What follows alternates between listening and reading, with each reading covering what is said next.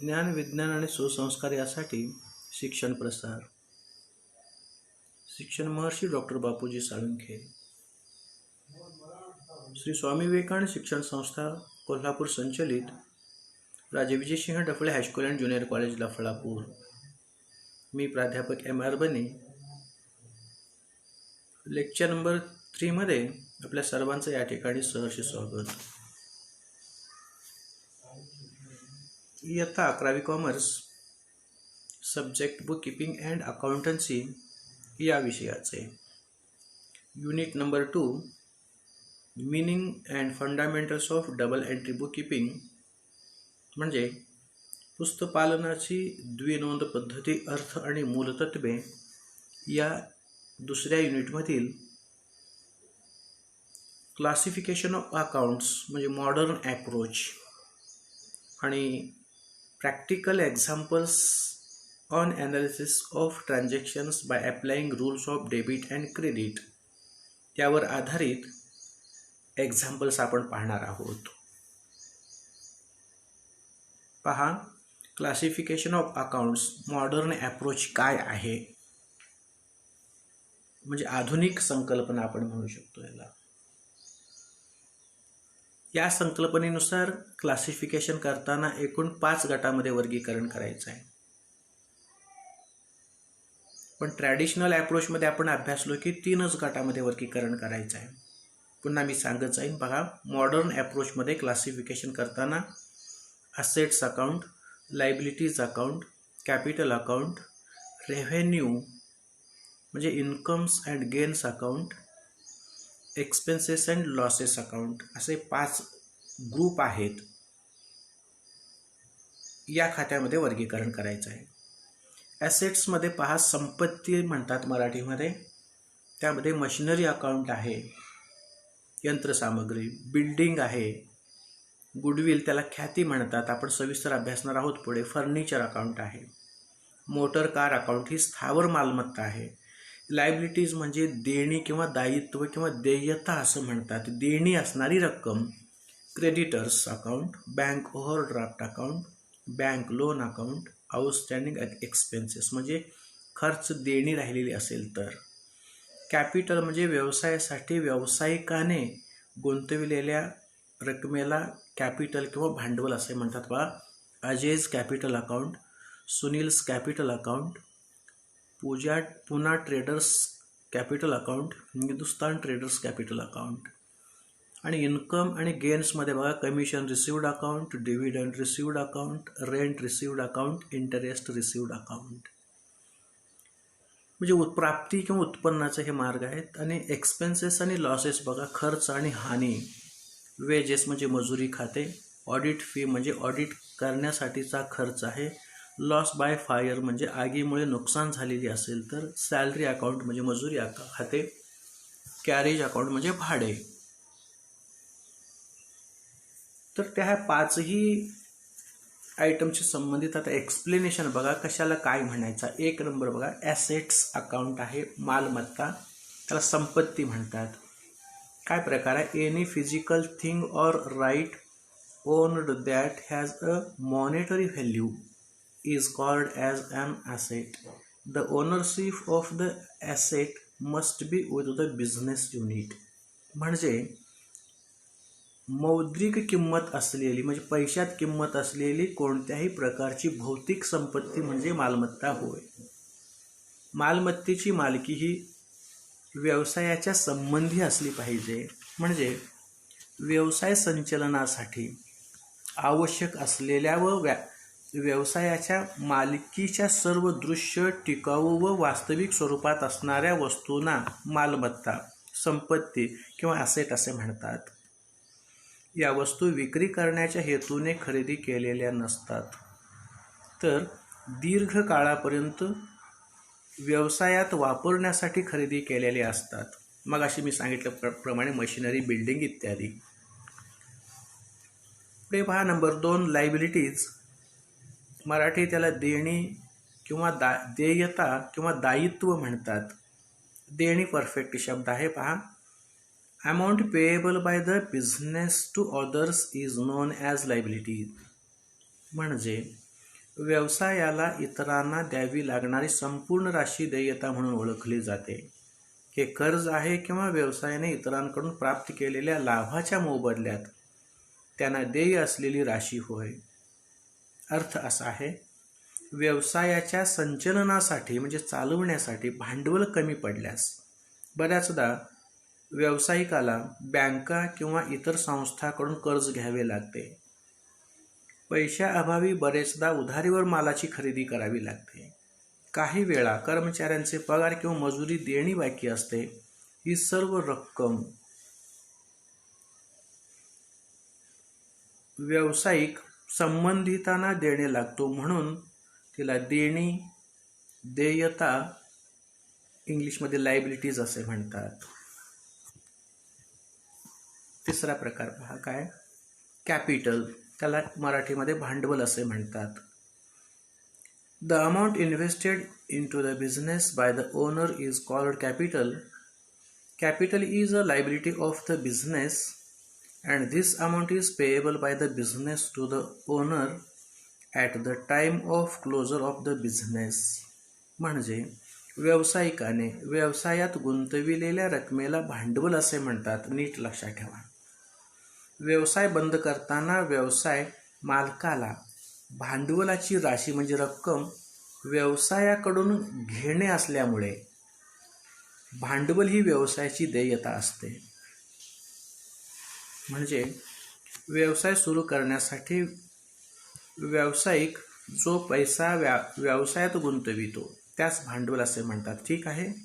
कधी कधी व्यापारी किंवा व्यावसायिक पैशाप्रमाणेच यंत्रसामग्री, फर्निचर इत्यादी मालमत्तेच्या स्वरूपात भांडवल आणतो. फक्त जमा खर्चाच्या दृष्टीने व्यावसायिक आणि त्याचा व्यवसाय या दोन्ही बाबी वेगवेगळ्या समजल्या जातात. त्यामुळे भांडवल हे व्यावसायिकास मालकाने दिलेले कर्जच आहे असे समजले जाते. पुढे नंबर 4 पहा, इन्कम, त्याला गेन असे म्हणतात. मराठीत उत्पन्न. It is a revenue arising as a result of business transaction. It is the amount receivable or realized from the service provided. ही व्यावसायिक व्यवहारातून निर्माण झालेली महसुली प्राप्ती होय. वस्तू विक्रीपासून किंवा ग्राहकांना पुरविलेल्या सेवेपासून प्राप्त झालेली राशी किंवा रक्कम होय. हे उदाहरण महत्त्वाचं आहे बघा. वस्तू विक्रीपासून किंवा ग्राहकांना पुरविलेल्या सेवेपासून प्राप्त झालेली राशी म्हणजे उत्पन्न किंवा इन्कम आहे. त्याच्या विरुद्ध बघा आता नंबर 5, एक्सपेंडिचर, त्याला खर्च म्हणतो आपण. An amount spent by the business for any consideration received by business is called expenditure. कोणत्याही कारणामुळे व्यवसायाला ज्या राशीचे शोधन करावे लागते म्हणजे रकमेचे पेमेंट करावे लागते, द्यावे लागते रक्कम, त्याला खर्च, एक्सपेंडिचर असे म्हणतात. ही 5ही संकल्पना ही मॉडर्न ॲप्रोच आहेत. यापूर्वी आपण ट्रॅडिशनल ॲप्रोच काय प्रकार आहे अभ्यासलो. ह्या दोन्ही ॲप्रोचवरून आपल्याला या ठिकाणी आता एक उदाहरणं दोन्हीवर एक एक पाहायचं, एक्झाम्पल घ्यायचं आहे. पहा, एक लक्षात ठेवा, ट्रॅडिशनल ॲप्रोचमध्ये 3 भागात वर्गीकरण होणार आहे. पर्सनल अकाउंट, रिअल अकाउंट आणि नॉमिनल अकाउंट, पारंपरिक संकल्पना.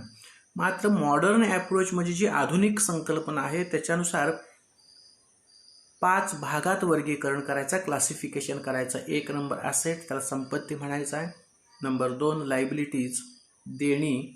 नंबर 3 कॅपिटल, भांडवल. नंबर 4 इन्कम अँड गेन्स म्हणजे उत्पन्न आणि लाभ. आणि 5वा एक्सपेन्सेस अँड लॉसेस म्हणजे खर्च आणि हानी. अशा 5 भागामध्ये वर्गीकरण करायचं आहे. ठीक आहे.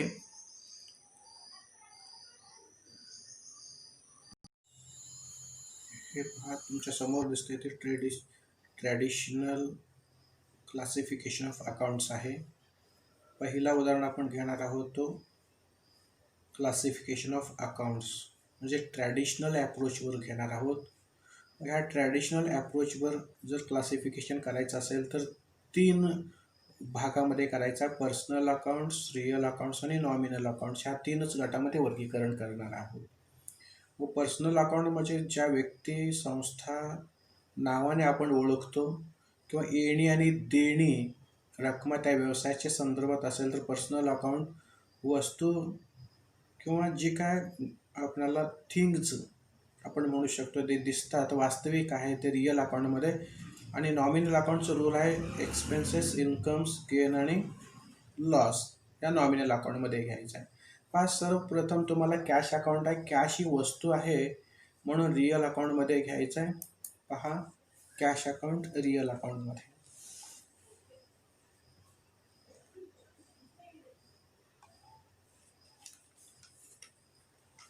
त्यानंतर बघा आउटस्टँडिंग सॅलरी अकाउंट आहे, कर्मचाऱ्यांना दिला जातो हा सॅलरी, परंतु सॅलरी एक्सपेन्स आहे ती अनपेड आहे, पेड नाही म्हणून ती पर्सनलला जाईल, कोणाची तरी देणी रक्कम आहे म्हणून. त्याच्यानंतर पहा 3 नंबर रोहितचं अकाउंट, इथं व्यक्तीचं नाव आहे, पर्सनल अकाउंट आहे, पर्सनल कॉलममध्ये जाईल रोहितचं अकाउंट. त्याच्यानंतर 4 नंबरला फर्निचर ही वस्तू दिसते आपल्याला, वास्तविक आहे म्हणून रिअल अकाउंट वास्तविक खात्यामध्ये जाईल. नंबर 5 बघा लाईफ इन्शुरन्स कॉर्पोरेशन अकाउंट आहे, ही एक संस्था आहे, नावाने ओळखतो आपण संस्थेला म्हणून या ठिकाणी पर्सनल अकाउंटमध्ये घ्यायचं आहे.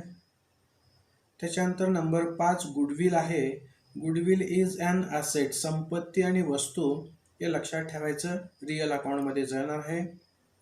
त्याच्यानंतर प्रीपेड इन्शुरन्स, जसं 2 नंबर आउटस्टँडिंग सॅलरी आपण विचारात घेतलो तसं प्रीपेड इन्शुरन्स, फक्त इन्शुरन्स असेल तर नॉमिनलला, पण प्रीपेड याचा अर्थ ती पेड इन ॲडव्हान्स आहे, पुढील वर्षाचा खर्च पण चालू आर्थिक वर्षामध्ये ती पेड केलेली आहे म्हणून तो पर्सनलला जाईल. त्याच्यानंतर ट्रेडमार्क देखील व्यापारी चिन्ह आहे, ती संपत्ती मानली जाते म्हणून रिअल अकाउंटला घ्यायचा आहे. त्याच्यानंतर कमिशन खर्च आहे तो नॉमिनल अकाउंटला. आणि लोन अकाउंट आहे, कर्ज आहे, आपण कोणाकडून तरी कर्ज घेत असतो व्यवसायासाठी, ती देणी असते व कुठल्या तरी व्यक्तीची देणी आहे, ती का मालमत्ता वस्तू नाही किंवा खर्च नाही म्हणून तो पर्सनल अकाउंटमध्ये जाईल, लोन अकाउंट. आणि इथं बघा कॅरेज म्हणजे भाडे आपण नेहमी खर्च मानत असतो, एक्सपेन्स आहे नॉमिनल अकाउंटला जाईल. आणि लास्ट आहे बघा 12 नंबर स्टेशनरी, हे देखील स्टेशनरीसाठी खर्च आहे म्हणून नॉमिनल अकाउंटला जाईल. पुन्हा सांगतो बघा पर्सनल या ठिकाणी व्यक्ती आणि संस्था, एखाद्या व्यक्तीची देणी असेल, खर्च देणी असेल, येणी असेल तर पर्सनल अकाउंटमध्ये घ्यायचं. या ठिकाणी वस्तू आणि संपत्ती दृश्य आणि अदृश्य स्वरूपातील कुठलीही असतील तर ती रिअल अकाउंटमध्ये घ्यायचं आणि नॉमिनल अकाउंटमध्ये त्या ठिकाणी खर्च स्वरूपात त्या ठिकाणी असणार आहेत. यानंतर पहा मॉडर्न अप्रोच आहे, काय सांगितलं बघा. सेकंड एक्झाम्पल आपण घेतो, classify the following accounts under assets, liabilities, income and expenditure. Capital एक भाग त्यामध्ये येत असतो. तर बघा इथं काय काय दिलेलं आहे, इथं 5 कॉलम येतात ह्या मॉडर्न अप्रोचमध्ये, assets, liabilities, capital, income gains आणि एक्सपेंडिचर लॉसेस. आता वर्गवारी करताना मालमत्ता या ठिकाणी घ्यायचा आहे, व्यवसायाची देणी असेल तर ह्या लायबिलिटीज कॉलममध्ये घ्यायचा आहे, व्यवसायाची भांडवल मालकाने गुंतवलेली भांडवल असेल तर इथं कॅपिटलमध्ये घ्यायचं आहे, आणि व्यवसायाचं उत्पन्न आणि फायदा म्हणजे लाभ या ठिकाणी येणार आहे. शेवटी खर्च आणि हानी एक्सपेंडिचर लॉसेस शेवटच्या कॉलममध्ये घ्यायचं आहे. त्यामध्ये फर्स्ट बघा प्रीपेड रेंट आहे, रेंट असेल तर एक्सपेंडिचर आहे, पण ही प्रीपेड आगाऊ दिलेली रक्कम आहे, ती येणी मानतात व या ठिकाणी मालमत्ता वस्तू आणि येणी ॲसेट कॉलममध्ये घ्यायचं आहे. त्यानंतर दुसरी बघा सॅलरी, आपण कर्मचाऱ्यांना पगार देत असतो, तो खर्च आहे म्हणून नॉमिनल कॉलममध्ये जाणार आहे. नॉमिनलमध्ये रूल आहे debit all expenses and losses. त्यानंतर बँक लोन आहे 3 नंबरला पहा, बँक लोन आपण घेतल्यानंतर ती देणी असते मग लायबिलिटीजला देणी म्हणायचं, लायबिलिटीज कॉलममध्ये घ्यायचं. मोटर कार ही संपत्ती आहे म्हणून ॲसेट कॉलममध्ये घ्यायचं आहे. त्याच्यानंतर 5 बघा, Amit's capital. Amit is a owner of the business, तो मालक आहे म्हणून कॅपिटल कॉलममध्ये घ्यायचं अमित's कॅपिटल अकाउंट. त्याच्यानंतर 6 नंबर पहा, रेंट पेएबल आहे. पुन्हा रेंट असेल तर फक्त एक्सपेंडिचर आणि लॉसेस कॉलममध्ये. इथं रेंट पेएबल याचा अर्थ देणी आहे म्हणून देणी म्हणजेच लायबिलिटीज कॉलममध्ये घ्यायचं आहे. बघा, रेंट प्रीपेड आहे, एणी आहे, रेंट पेएबल देणी आहे. त्यानंतर बॅड डेट्स म्हणजे बुडीत रक्कम, ग्राहकांना उधारीवर विकलेल्या मालाची रक्कम वसूल न होणे, जे बुडीत रक्कम म्हणतात त्याला बॅड डेट्स म्हणायचं. बुडीत कर्ज आहे, ती लॉस आहे म्हणून एक्सपेंडिचर लॉस कॉलममध्ये घ्यायचं. कॉपीराईट ही संपत्ती मानली जाते मगाशी सांगितल्याप्रमाणे. इंटरेस्ट रिसिवड आहे, रिसिवड ॲक्च्युअली रिसिवड आहे, प्राप्ती आहे म्हणून इन्कममध्ये घ्यायचं. आउटस्टँडिंग सॅलरी ही बघा, सॅलरी खर्च असतो पण इथं आउटस्टँडिंग याचा अर्थ ती देणी आहे, द्यावयाची राहिलेली आहे म्हणून लायबिलिटीज कॉलममध्ये घ्यायचं आहे. डिव्हिडंड रिसिवड, लाभांश प्राप्ती आहे, इन्कम आहे. प्रिमायसेस म्हणजे व्यवसायाची खुली जागा, त्याला संपत्ती आपण मानत असतो.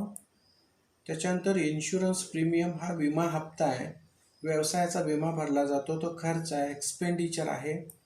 ऑडिट फी देखील एक्सपेंडिचर आहे म्हणून एक्सपेंडिचर आणि लॉस कॉलममध्ये घ्यायचं. Bank overdraft it's a type of short type loan, म्हणून ही बँकेकडून थोडक्यात उचल केलेली रक्कम असते करंट अकाउंटवर, ती देणी रक्कम असते म्हणून ती लायबिलिटीज कॉलममध्ये घ्यायचं आहे. पुन्हा एकदा लक्षात ठेवा, मॉडर्न अप्रोच प्रमाणे ट्रॅडिशनल अप्रोच प्रमाणे 3 column, personal account, real account आणि नॉमिनल अकाउंट.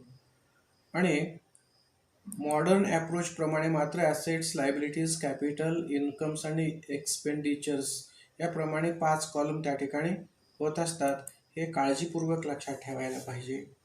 ठीक आहे, थँक्यू.